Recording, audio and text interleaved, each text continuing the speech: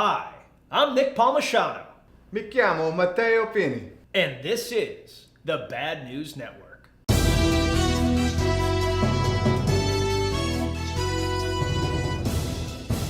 Do you know how baller Cuba would be if they just embraced capitalism? Or at a minimum, a market economy and private industry like China and Vietnam? That place is gorgeous. People love to travel there, even with US tensions. They make some of the world's best sugar, tobacco, and honey, and their juice is no joke. I find it really amusing that while many Americans are hoping that Cuba finally breaks free of the chains of communism, many more Americans are looking to find fault with the United States. Most of these comments come from people who have no idea what they're talking about, which seems like just about everyone. So I'm going to run through some things real quick to try to clarify what I can. Then you can tell me I'm an idiot, but that's cool. It's just another Friday. Communism doesn't come in just one flavor. There are lots of disgusting flavors. The original definition of communism essentially said goods and companies are owned by the state. There's no more private property. You're given goods and services by the state according to your abilities and needs as determined by the state. So essentially, the government owns everything and decides who gets what and does what. This is in direct contrast to capitalism, our system, where private citizens own everything and the state does not own the means of production. Socialism is kind of the intermediary step between capitalism and communism, almost always resulting in communism. Under socialism, the government or people own the means of production, just like in communism. But while the government owns or controls everything, the collective makes the decisions about what to do with the products of our labor through a democratically elected government. It sounds nice, but it always leads to gross abuse and poverty. To be insanely clear, none of the European countries that the left always refers to as socialist countries, Norway, Denmark, Sweden, are socialist. Not even close. They are capitalist countries with entitlement programs. I don't just blame the left for this absurd misrepresentation. It would be really helpful if the right would stop labeling everything it doesn't like as socialism. The word is starting to lose meaning, and it leads to idiots wearing Che Guevara shirts because they want free healthcare and schooling that won't really be free anyway because we'll have a tax rate of 32 to 52% on income plus 25% sales tax on all items we purchase, like they do in everyone's favorite country of Sweden. And to be clear, I'm not even knocking Sweden. Beautiful country. I loved spending time there. But everyone talks about it like they have it all figured out, and if you like their methodology, then sure, they do. But you're gonna pay for it. It doesn't come free. Anyway, I digress. Back to communism. So in real communism, the state owns everything, controls everything, and decides who gets what. China tried that for a while, and they were getting their asses kicked. People were starving. It was all bad, and they were going to lose power. So then they were like, okay, hear me out. We're going to go with a market economy, and private citizens can own business. Starts to sound pretty capitalisty, right? Well, they did that, and you know the rest. They started to flourish and now have the second largest economy on the planet. The difference with China is that the state owns companies. When they don't like what you're doing, they just say they own your company now. There are government agents that are in every company, and companies are expected to go along with the interests of the country rather than to maximize profit. If companies don't do that, they simply take the company from the owners and give it to someone else or absorb it into the state. And of course, they still keep the one-party brutal dictatorship that always accompanies communism. And for those that care, Vietnam followed the same path as China. They tried real communism and were starving. So they got capitalist too and added a market economy and private ownership, and now they're the fastest growing economy in the world. Still oppressive, one-party rule, but a little less mean than China.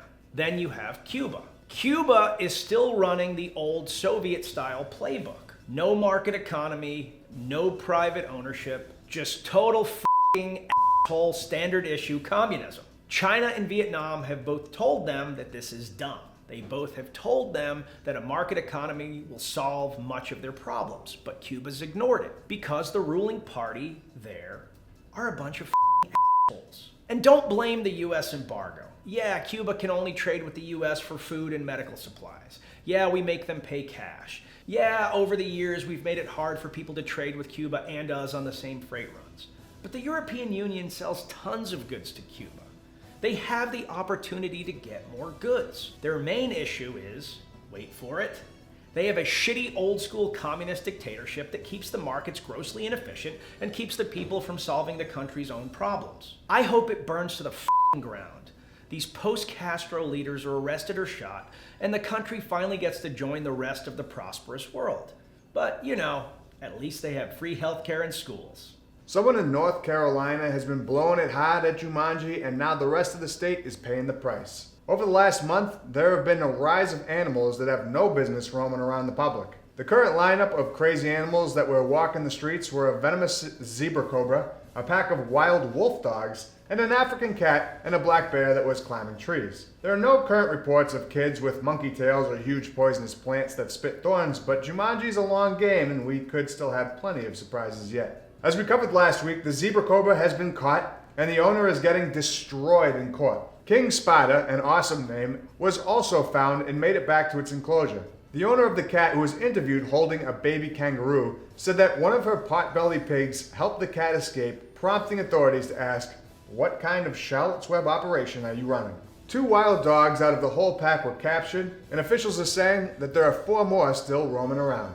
Lucky for us, we have domesticated the absolute out of these animals, so once those 4 guys need belly rubs, or when they figure out they have no idea how to hunt, they should be home shortly after. And the tree-climbing bear was left in the forest, because it's a bear and that's where it lives. I'm not sure how this game of Jumanji will end, but here's hoping Robin Williams pops out of some jungle dimension to help us. If anyone needs me, I'll be roaming the streets looking for my new sled dog team. A 25-year-old New Jersey woman named Samantha Dressig was pronounced dead 7 years ago by the IRS. Now, I'm not a doctor, and neither are they, clearly, because she is very much alive, and has been for the last 7 years. According to reports, the IRS mixed up the death of her mother with Samantha, and in classic IRS fashion, can't be bothered to fix their up. Last year, she met with an IRS account service manager face-to-face where she was assured it would be taken care of. Of course, they just ghosted her. But look at the bright side, Samantha. If you're dead, you don't have to pay taxes, right? I guarantee that's not true. I guarantee that the second they fix this, she's gonna have to pay a load of back taxes. Ha ha ha ha! I love the IRS. This week, a bunch of the top brands, sunscreens, and sunburn treatments were pulled from the shelves of top retailers. CVS, Walgreens, Walmart, Target, and the like have a number of brands such as Neutrogena, Aveeno, and Sunbum, to name a few, and they're all gone. All of these products tested positive for high amounts of a substance called benzene that, according to scientists, is cancer-causing. This is kind of like a needle in a stack of needles when it comes to bad things in sunscreen. Johnson & Johnson has openly conducted a recall of their products and as such has faced the most public backlash. So, if you're exposed to exorbitant amounts of sunlight and UV rays, you risk skin cancer. If you are exposed to an exorbitant amount of sunscreen, you risk the other cancer. It's kind of like a choose-your-own-adventure, but with cancer. Which, side note, do they even still make those books? Because if they do, I want one. Not the cancer kind, though. That sounds more like a book you get your boss for the Secret Santa job you don't like. You know that conspiracy theory where people think there are a bunch of oversized alligators in the sewer of New York? Well, that might not be true. But there are ginormous goldfish showing up in a Minnesota lake. You might want to listen up before you flush your kid's pet goldfish Sparkle down the toilet. This week, fishermen in Minnesota have caught an abundance of goldfish. But these aren't your ordinary goldfish. These suckers were the size of footballs and weighed up to 4 pounds. If you've never seen one that big in a tank, it's because apparently goldfish grow according to the size of their habitat. Small fish tank, get small fish. Giant lake, get roided out fish. Many people think they are saving these goldfish from a lonely life in a small fish tank by throwing them into a lake or a pond, but this is actually disruptive to whatever habitat the fish is placed in. Goldfish can't reproduce in the wild. They can't eat aquatic plants, so they just tear them out of the ground, and they are also extremely anti-Semitic. Here's a question. If they can't survive outside of a tank, why the do they exist? If their cool quality is that they grow like a chia pet when they get into large bodies of water, let's just put a couple in the ocean and see what happens. Yes, I know that they can't actually breathe in salt water. I'll be honest, I knew all this stuff ahead of time and I'm having a hard time talking about it as if I didn't know it. Marine experts in the area are curious about how so many goldfish ended up in this one lake. Who is so sick and depraved that their goal is to destroy America's beautiful lakes? Wait. Where are goldfish native to? Damn you, China! White House Press Secretary Jen Psaki was quoted as saying this week, "We are in regular touch with the social media platforms talking about the COVID-related misinformation, We're flagging problematic posts for Facebook, basically confirming that the Biden administration has had its hands busy in censorship for quite some time. Now, yes, social media platforms are private companies, and by that standard, they are allowed to run their platforms as they see fit. But if the government is actively involved in censorship on social media, then I'm pretty sure that constitutes a violation of the First Amendment. This has been a hot point for many Republicans that feel that conservatives have been shadow banned in the growing numbers throughout the Trump presidency. Trump himself is currently in a lawsuit suing big tech for that very thing. Now, I'm no lawyer, but I'd wager that the press sec statement probably aids that lawsuit. I'm sure nobody is surprised at this admission, but at this point, there's good goddamn reason to be outraged. It's a bird. It's a plane. No, it's Britney. Britney Spears has been in the news a lot lately, and surprisingly, not for shaving her head or beating up random vehicles. Britney has been fighting the courts in order to out her father as her conservator. In 2008, after Britney was hospitalized for mental health issues, a judge ruled that Jamie Spears, Britney's father, would now be her conservator, meaning that he had control of her financial and medical decisions. Generally, a conservatorship will be placed on older individuals or mentally handicapped adults who cannot make decisions for themselves. This particular case is a little more interesting because Britney is worth a fortune. The person who is your conservator gets to decide how your money is spent and how you are treated medically, which when a shit ton of money is involved can be a real problem. Britney has had a tough time in court, but this week she got a small win that could help her in her fight against her father. On Wednesday, Los Angeles Superior Court judge granted Spears the right to hire her own attorney, where the previous one was appointed by the court system. Enter Matthew Rosengard. Matthew is a big Hollywood lawyer who represents people like Steven Spielberg, Eddie Vedder, and Keanu Reeves. I know lawyers can be shisty, but anyone who represents John Wick is good in my book. Along with this came the termination of Spears' other lawyer and the wealth management company that was her co-conservator, Bessemer Trust. I'm guessing she asked for this so she can go straight Targaryen mode and set everyone in her way on fire. Luckily for Britney, she's not alone in this fight. For years, the hashtag Free Britney movement has been growing with hundreds of people protesting outside the LA courthouse. This movement is once again exploding after Britney revealed that she was forced to take drugs when she didn't perform, and that her father would not allow her to remove her birth control. Yeah, that's pretty weird. Now that Britney has a new lawyer and a good-sized blonde-haired, leather-wearing, screaming tween army, her goal is to remove her father entirely as her conservator and get him charged with conservatorship abuse. Britney was scolded by the judge for calling her father a piece of shit multiple times during the hearing, to which she replied, "Oops, I did it again."